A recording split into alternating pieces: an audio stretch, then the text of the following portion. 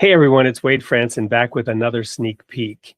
It's Valentine's week this coming week, and this is episode 222 airing Tuesday night, February 17th at 8 p.m.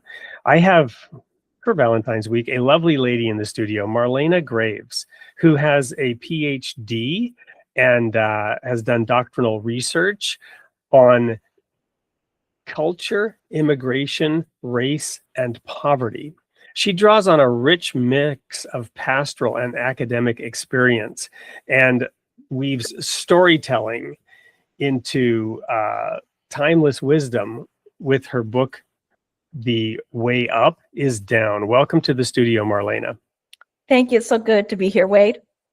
Well, we've been working on getting this show recorded and prepared here for some time. And I'm really excited because today in America, we have this polarized culture of sides blaming each other. And a lot of it is over the issues that you address, but you address them in a unique way given your education and experience. Can you unpack that for us in a soundbite? I know that's just to sort of tease people into why they need to come and listen to the whole story. Well, the question's perfect because I'm writing about currently and thinking about the not just Zulu, but Southern African concept of Ubuntu, which is summarized, I am because we are.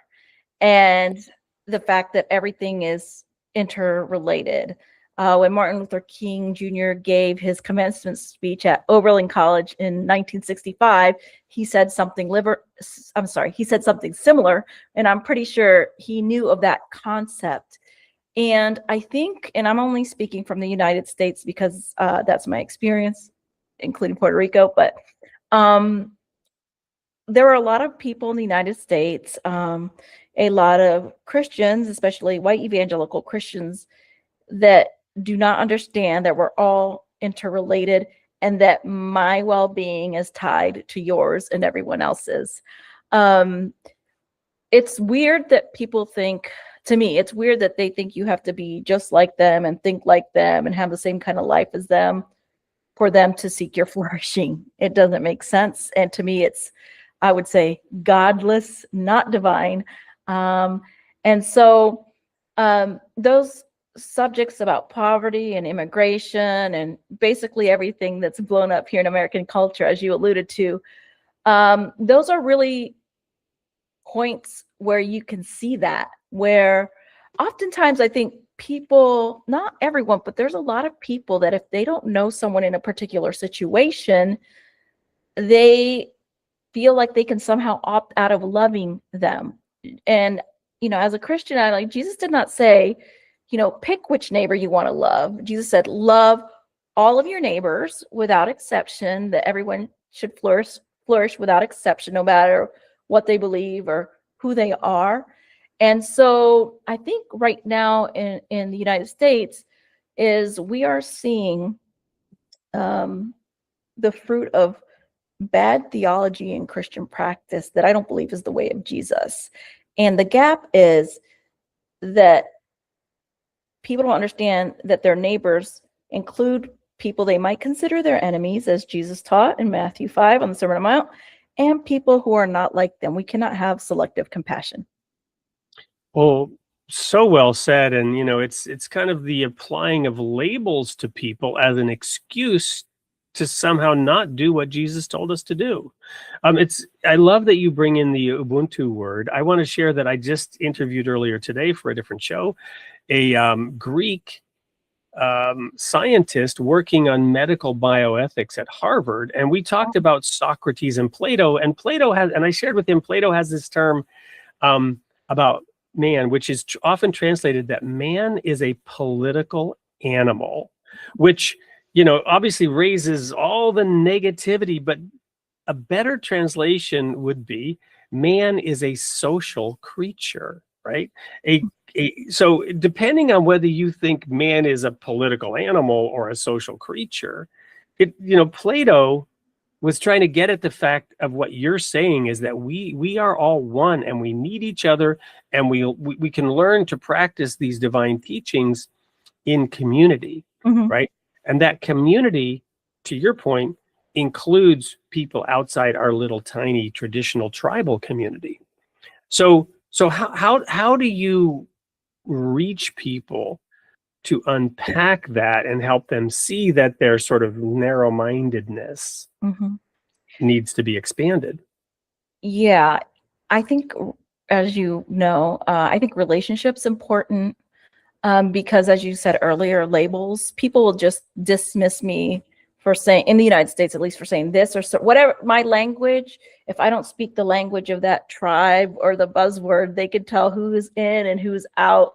And so, there are people that, and because of algorithms on social media, that never hear what I say or read my stuff. But I continue to keep reaching out to people that are different than me. I try not to isolate myself um, in situations where I'm around people that think exactly as I do politically or religiously, or, as, maybe people that are Christians or not Christians, because I know there's goodness in all sorts of different kinds of people. And I try to, and I think this is what Jesus did, and it can be very hard, especially if someone is acting as your enemy, like is abusing you or hurting you. I don't want anyone to put themselves in an abusive situation, but I keep trying to reach out and keep myself open to people, because I just read something last night that bothered me about one kind of political group. There are people saying, "Oh, you finally came around to see what we've been saying forever, too little, too late." And I'm of the mentality, yes, I would have wished that someone would have came around earlier to seeing what I believe to be the truth. But I kind of think of, well, better late than never, because there's some hope. So I try to hold out hope in myself when if I have a visceral reaction to someone or their behavior because I feel like they're hurting someone else. Usually it's because they're hurting or oppressing someone else. That's when I get really upset. I'm like, I try to remember that they are a human being, and there's probably lots of goodness that I don't see. And I also remember that I wasn't where I am now. I wasn't there 20 years ago. There needs to be room for growth. And I feel like in our current, at least the social media culture, if you don't got it right now, then you're going to get run over by whatever side you're at. There's no room for nuance or for people going on a journey. And so I try to remind myself of that frequently so that I can keep reaching out to people.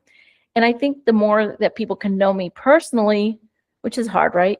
But if people can know me personally, I think they'll see that, I'm not their enemy, that I do want them to flourish too. Yeah, I mean, I love that you brought up too little, too late, because why not say, thanks for taking a step in my direction. Let's talk.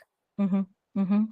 Yeah, I mean, that I think you have a good point of view, but I mean, I do think you have the right point of view, but I think some people are like, it's your fault that we're in this situation. You were so stupid and closed-minded. I can't forgive you, or I can't deal with you, so you deserve all the bad consequences. But to return back to Ubuntu, my well-being is tied to the well-being of those people that aren't necessarily like me. And again, I'm not saying to put ourselves in physical or emotional or spiritual danger. I'm, within bounds, but we are to keep, I don't know, for lack of a better word in politics, trying to work across the aisle or across the denomination or religion to keep seeing the humanity in people, and maybe be willing to say, there's some things that I don't understand. But I'm still going to seek your flourishing. Amen to that. So there you have a sneak peek into what we will be talking about this coming Tuesday night, 8 p.m. Central, with Marlena Graves on Created in the Image of God on February 17th. We'll see you there.